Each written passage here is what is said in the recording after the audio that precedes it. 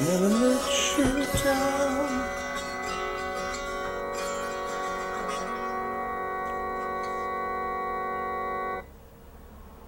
No, don't go on. Stop. Yes. Okay. Stopped. Excellent. Guten Morgen. That's barely German for good morning. I don't know how you guys are feeling this morning, but I'm gonna ask, even though I won't be able to hear the answer. How you doing? How you doing? Good? I hope so. I really do. I feel okay. Yeah, sure. Okay, good. Good. Glad we got that out of the way.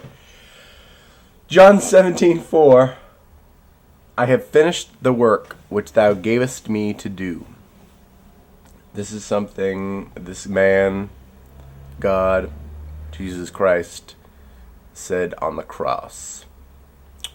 Or, yeah. Did he? Actually, well, he did. I don't know if that's what this particular version is quoting him from, but he did. And that was his work. And I think it's important to notice that I have finished the work which thou gavest me to do. He doesn't say, I have finished the work which my heart was heavy to do. I have finished the work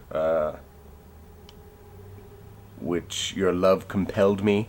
He just said, I have finished the work which thou gavest me to do. In a way, it's almost something startlingly pedestrian about it. In that, hey, you told me to do this, and I did this. But there's a lesson for me in there, I believe, in no squabbles, in in that which he gives me to do, to simply do, to not negotiate, but to go and to run towards, no matter how tricky, difficult, frightening, what the consequences I may think will be of like, oh, well, I can't do that here because then that'll really mess up my relationship with blank. You know what I mean? That sort of thing. Because that willingness to obey, and it's funny, this one not coincidental, I'm sure this came after the Abrahamic thing. But Christ had sort of a mission on earth. And he ministered for 3 years, they say.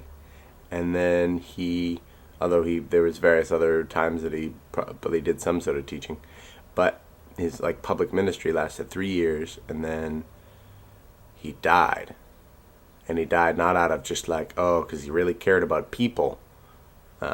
He did, in the truest sense of that a person could care about a person. But he sacrificed himself, not for his own glory, and not just out of love or affection, but because God told him to do it. And God told him to do it, or asked him to do it, I guess. Or no, gave it to him to do. Was that God is love? Yes. God is mercy? Yes. But God is also good. That God is righteous. So if God is righteous, he cannot stomach unrighteousness. And so he sent someone to do something pretty dang hard. And then to do something that would almost seem impossible, and still to many eyes seems impossible, that Christ could die sinless and divine, and could die for, and therefore take on the mantle of our suffering that we all deserve by our falling short of a divine standard we can't live up to. Or certainly don't. And that's hard, and it's sad, too. It's a funny thing to think that, again, God's logic is not ours, and if it was, it would kind of be weird anyway. But that to follow that will sometimes bring suffering deliberately. You'll feel like you're putting yourself deliberately in suffering's way. But it's a different thing of just going, oh, I'm going to enter my suffering period, I'm going to deliberately cast off all these things, than to do so at divine command. And I know to the non-religious out there, this will sound like all the same thing. Really, it's the same thing. You're telling yourself to do it. And I'm sorry you feel that way, but I have definitely done both. you know, I've willingly cast off nice things just to be lazy plenty of times. Lived in the back of an office for a year, and didn't really spend any money on anything, and lived very, very, very simply in a,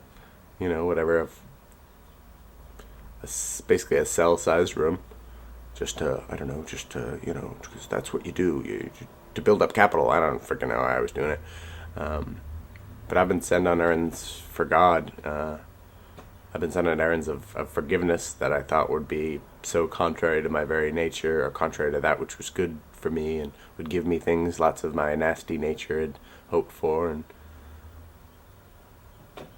sure, it was painful, but it was glorious. Anyway, that's why Christ came, because he was told to, because it was given to him to do.